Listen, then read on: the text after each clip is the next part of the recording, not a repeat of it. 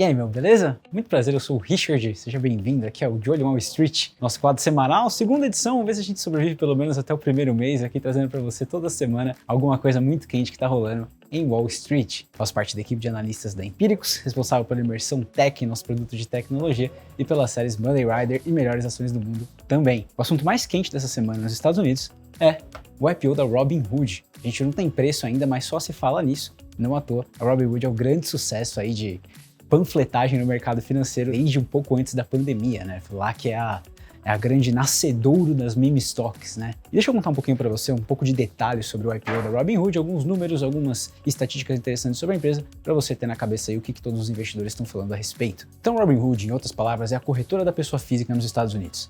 São 17,7 milhões de usuários ativos todos os meses, pouco mais de 81 bilhões de dólares em ativos sob custódia, sendo que mais de 50% desses investidores são investidores de primeira viagem, aquela galera que nunca tinha investido em bolsa antes e começou a investir em bolsa através da Robinhood. De acordo com o site Business of Apps, estava dando uma olhada ali para entender qual que é o tamanho da carteira pessoal de investimentos do investidor da Robinhood versus as outras grandes corretoras norte-americanas. Então na Robinhood o saldo sai na média de 3,5 mil dólares por conta. Na E-Trade são cerca de 100 mil dólares por conta e na Charles cerca de 200 mil dólares por cliente. Isso por si só já diz mais ou menos quem é o cliente da Robinhood. Esse cara aqui, até antes, basicamente, da Robinhood nascer com esse modelo de corretagem zero, ele era super negligenciado por esses dois caras que não viam muito economics aqui, não tinha muita rentabilidade em você pagar para adquirir esse cliente.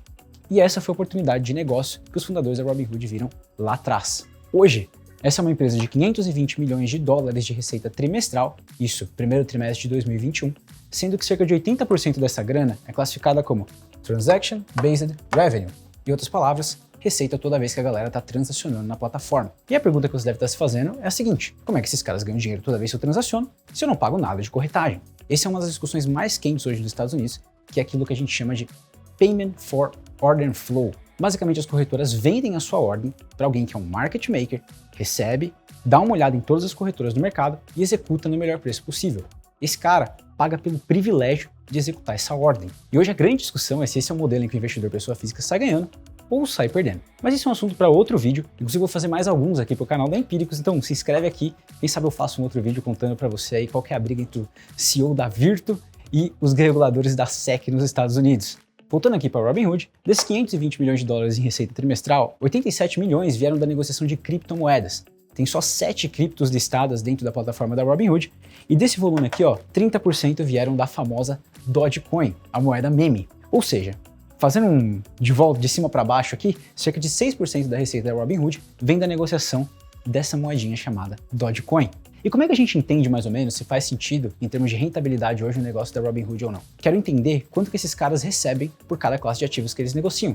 Então faço uma continha muito simples, a quantidade de ativos negociados pela receita que esse cara gerou dentro daquela classe. Quando eu falo de ações, a Robinhood fez cerca de 0,2% de receita com base na quantidade de ações negociadas na plataforma. É uma taxa relativamente alta nos Estados Unidos, principalmente se a gente comparar com uma Vanguard da vida, em que os caras quase te pagam para você poder transacionar lá dentro. Porém, em termos absolutos, vamos ser bem justos aqui, é um valor pequeno. Quando a gente fala de cripto, esse take rate fica ali na casa de 1,2%. É bem mais alto do que o das ações, mas se a gente comparar com outras corretoras de cripto, entre elas a Coinbase, que é a maior corretora de cripto do mundo, listada também nos Estados Unidos, é uma taxa relativamente até bastante ok.